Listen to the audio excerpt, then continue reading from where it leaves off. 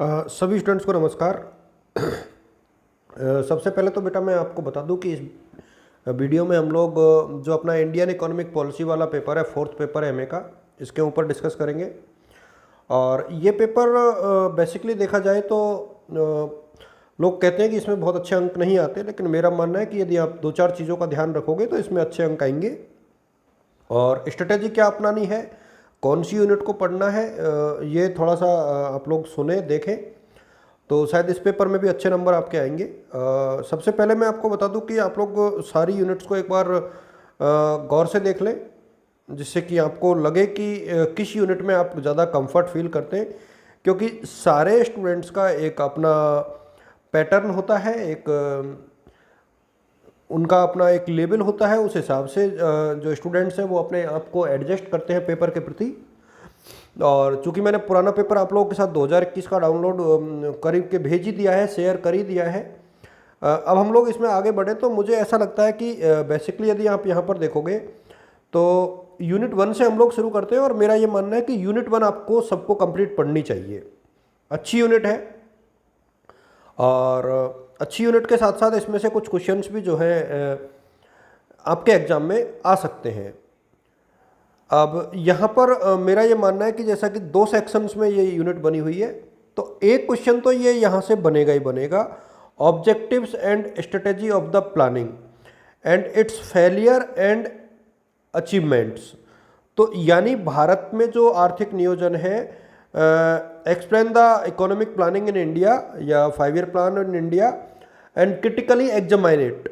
Critically examine it का मतलब यह है कि भारत में आर्थिक नियोजन के उद्देश्यों का वर्णन आप लोग करते हुए आप लोगों को कोशिश ये करनी है कि उसके फेलियर्स को भी दिखाना है। और तो अब ऐसे क्वेश्चन जब पूछे जाते हैं तो उसमें आपको आंसर राइटिंग कैसे करनी है, देखिए काफ़ी बढ़िया यहाँ पर ये क्वेश्चन बनता है और एक सेक्शन में से ये क्वेश्चन यहाँ से आना ही आना है। तो अब आप इसमें आराम से एक तो इंट्रोडक्शन लिखिए। सबसे पहले इंट्रोडक्शन में आप क्या लिखोगे कि भारत में आर्थिक नियोजन की शुरुआत कब से हुई, 1950 का, पहले योजना आयोग, फिर उसके बाद राष्ट्रीय विकास परिषद, फिर यूएसएसआर से यानी सोवियत संघ से हम लोगों ने समाजवादी मॉडल के साथ पंचवर्षीय योजनाओं को अपनाया, अब तक 12 पंचवर्षीय योजनाएं आई, उसके बाद नीति आयोग आया। तो वो सारा कुछ आपको मेंशन करना है इंट्रोडक्शन में।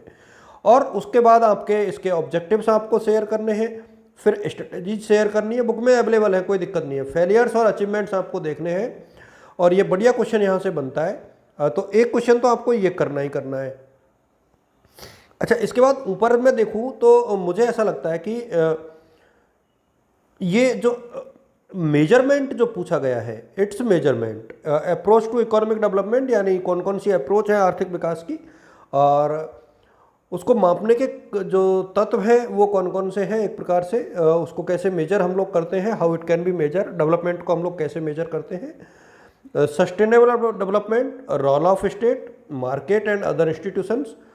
अब यहाँ पर मेरा ये मानना है कि एक क्वेश्चन आपको आर्थिक विकास के सूचकों का देख लेना चाहिए। आर्थिक विकास के सूचक, ये जो यहाँ से शुरू हुआ है, इंडिकेटर्स ऑफ इकोनॉमिक डेवलपमेंट, जिसमें PQLI, और ये PQLI का 1 नंबर का भी क्वेश्चन आता है, HDI में से भी 1 नंबर का क्वेश्चन आता है, and gender development index. HDI का बड़ा क्वेश्चन पूछा जा सकता है, PQLI का हालांकि बड़ा क्वेश्चन नहीं आएगा, लेकिन HDI का जो एक क्वेश्चन है वो अलग से भी पूछा जा सकता है। तो इंडिकेटर्स आपको बहुत अच्छे से पढ़ने हैं, यानी explain the indicators of development in India and उसमें आपको स्पेशल पूछा जा सकता है कि भाई HDI के बारे में बताइए या PQLI के बारे में बताइए। तो ये काफ़ी बढ़िया सा ये क्वेश्चन यहाँ पर प्रिपेयर हो रहा है। और एक क्वेश्चन आप यहाँ से कीजिए। ऊपर यदि समझ में नहीं आ रहा है तो you can leave the topic. आप नीचे यदि आते हो तो एक क्वेश्चन देखिए हमेशा यहाँ से आएगा, grass root organisation for development. तो पंचायती राज के बारे में पूछा जा सकता है थोड़ा बहुत, NGO एंड प्रेशर ग्रुप के बारे में पूछा जा सकता है, यानी भारत के जो आर्थिक नियोजन में NGO और प्रेशर ग्रुप्स की क्या भूमिका रही है। तो ये क्वेश्चन यहाँ से बनता है। लेकिन मेरा ये मानना है कि इस वाले सेक्शन में आप बहुत अच्छा नहीं लिख पाओगे, तो यहाँ से इसको छोड़िए आप। यदि आप पढ़ सकते हो तो पढ़िए, अदरवाइज छोड़ सकते हो, चॉइस है अपने पास। 2 यूनिट तो पूरी पढ़नी थी। एक क्वेश्चन आपका, फिर अब आप सेकंड यूनिट आपको सबको पढ़नी है क्योंकि काफ़ी बढ़िया यूनिट है ये। फर्स्ट यूनिट में भी हालांकि कुछ टॉपिक्स ऐसे हैं जिन पे आंसर राइटिंग करना थोड़ा सा मुश्किल हो रहा था, लेकिन सेकेंड यूनिट पे जब हम लोग आ रहे हैं तो सेकेंड यूनिट डेमोग्राफिक फीचर्स और एक है इसका इंफ्रास्ट्रक्चर। तो मेरा ये मानना है कि आप लोगों को एक तो 10 नंबर में आपको ये करना चाहिए कि भारत की जो डेमोग्राफिक फीचर्स हैं वो कौन कौन सी है, यानी जननांकीय विशेषताएं भारत की कौन कौन सी हैं, ये आपको यहाँ से देखना चाहिए। और यद्यपि सिलेबस में नहीं है लेकिन पॉपुलेशन पॉलिसी को आप लोग पढ़ लें, पॉपुलेशन पॉलिसी 2000 इसको शॉर्ट नोट के रूप में आ सकता है, ये आप लोग फिर भी पढ़ें इसको। मेरा ये मानना है कि जब अपने पॉपुलेशन का कोई क्वेश्चन बनेगा तो वहाँ से ये क्वेश्चन जरूर बनेगा। इसके बाद रूरल अर्बन जो माइग्रेशन है इसको यू कैन लीव इट, क्योंकि आपको दिक्कत आएगी यदि आप इसको करोगे तो। मेरा ये मानना है कि यहाँ से एक क्वेश्चन आप जो जरूर करिए, पॉवर्टी अनएम्प्लॉयमेंट एंड इनइक्वलिटी, यहाँ से आप लोग जरूर कीजिए, क्योंकि भारत में गरीबी और बेरोजगारी और आर्थिक विषमता जो है वो उसका क्या सीन है और उनको कैसे दूर किया जा सकता है, इसके ऊपर उनके जो सरकारी कार्यक्रम है उनको पे एक ब्रीफ डिस्कशन आप लोग करें। काफ़ी बढ़िया क्वेश्चन यहाँ पे बनता है। भारत में आर्थिक जो इंफ्रास्ट्रक्चर है उसके प्रमुख घटक कौन कौन से हैं, तो आर्थिक और सामाजिक जो आधारभूत संरचना है तो इसमें से सिर्फ 3 ही लिए इन्होंने आर्थिक में, और सामाजिक में सिर्फ 2 ही लिए। तो ये जो सेक्शन है आपको ये इंफ्रास्ट्रक्चर का ऊपर वाला ये आपको करना चाहिए और अच्छे से करना चाहिए। नीचे वाले सेक्शन को आप लोग छोड़ सकते हो, economic infrastructure and social infrastructure, ये आपको देख लेना है। तो सबसे पहले आप आधारभूत संरचना के बारे में लिखोगे, फिर टेबल बनाओगे, ये आर्थिक आधारभूत संरचना, ये सामाजिक, फिर इसके तीनों, उसके दोनों, और इसको आप एक प्रकार से टेबल बना करके लिखोगे तो अच्छे अंक आने के आसार इसमें भी है। फिर हम लोग थर्ड यूनिट की तरफ मूव करें। देखिए मेरा ये मानना है कि थर्ड यूनिट थोड़ा सा मुश्किल टॉपिक है पढ़ने के हिसाब से, क्योंकि बड़ा बहुत है। वैसे सिंपल है लेकिन बड़ा बहुत है, तो ये थोड़ी दिक्कत है। तो मेरा ये मानना है कि आप लोग एक तो एग्रीकल्चर मार्केटिंग को अच्छे से पढ़ें, कृषि विपणन क्या है, भारत में कृषि विपणन का इशू, और एक मेरा यहाँ पर ये मानना है कि ये जो नीचे का सेक्शन है इश्यूज ऑफ फूड सिक्योरिटी, इसको थोड़ा सा अच्छे से देख लें। एक क्वेश्चन यहाँ से 100% आपको मिल जाएगा। ये एक प्रकार से इम्पोर्टेंट सेगमेंट है, तो यहाँ से आपको इसको देख लेना चाहिए।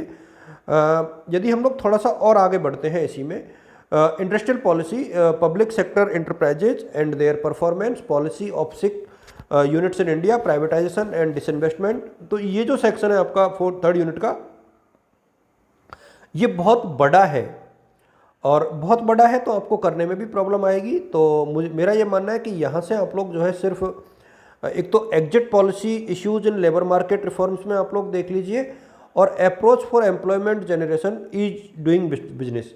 तो ये जो नीचे का सेक्शन है यहाँ से आप लोग थोड़ा सा पढ़ के जाइए, या इस यूनिट को आप चाहो तो छोड़ दीजिए। अब हम लोग इस पे आ जाओ आप सीधा सीधा, और मेरा ये मानना है कि हालांकि ब्लैक इकोनॉमी का क्वेश्चन यानी पैरेलल इकोनॉमी का पूछा जाता है। एक भारत में जो है राजकोषीय संघवाद क्या है, फिस्कल फेडरलिज्म, और सेंट्रल स्टेट फाइनेंशियल रिलेशनशिप, और finance of central government and finance of state government. ये वाला जो सेक्शन है इसको बहुत अच्छे से कर लीजिए, जिससे कि आपका जो पब्लिक फाइनेंस वाला पोर्शन है वो अच्छे से हो जाए। ये ऊपर वाला सेक्शन आप लोग अच्छे से देखिए, केंद्र राज्य वित्तीय संबंधों के बारे में पढ़ के जाइए, तो निश्चित तौर पे यहाँ से एक क्वेश्चन आपको मिलेगा, 100% मिलेगा। इसके बाद मनी वाले जो सेक्शन है, मनी बैंकिंग और प्राइसेस, इसमें मुझे ये लगता है कि एक तो आपको भारत के पूंजी बाजार के बारे में थोड़ा सा ध्यान होना चाहिए, मुद्रा बाजार और पूंजी बाजार के बारे में। और डिमोनेटाइजेशन अब उतना इम्पोर्टेंट मेरे हिसाब में नहीं रहा, तो छोड़ भी सकते हो आप लोग, कोई खास बात नहीं है।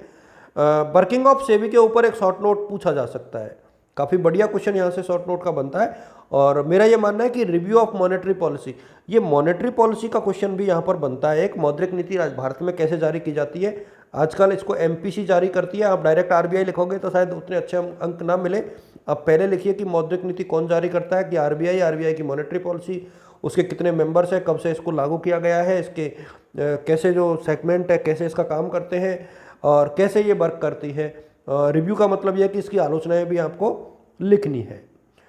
इसके बाद 5वीं यूनिट के ऊपर हम लोग आए, तो 5वीं यूनिट, अभी भी मैं कह रहा हूँ बेटा कि आपको 2 यूनिट ही पढ़नी है, लेकिन मैं 5 यूनिट के ऊपर डिस्कशन इसलिए कर रहा हूँ क्योंकि यदि आप एक्स्ट्रा पढ़ना चाहो या किसी स्टूडेंट को बहुत सेफ प्ले करना है तो you can read out some more things. तो यहाँ पर हम लोग ये देखते हैं कि एक्सटर्नल और इकोनॉमिक रिफॉर्म, मेरा ये मानना है कि एक तो आपको यहाँ पर WTO and its impact on different sector of economy, तो एक तो आपको WTO के ऊपर क्वेश्चन तैयार करना ही करना है, ठीक है। और एक क्वेश्चन आप यहाँ से कोशिश कर सकते हो, मेरा ये मानना है कि एक क्वेश्चन यहाँ से आएगा, structure and direction of foreign trade balance of payment. तो ये ऊपर वाला जो पोर्शन है इसको आप लोग थोड़ा सा देखें। भारत की जो विदेशी व्यापार की जो दिशा है और उसकी संरचना है वो क्या है।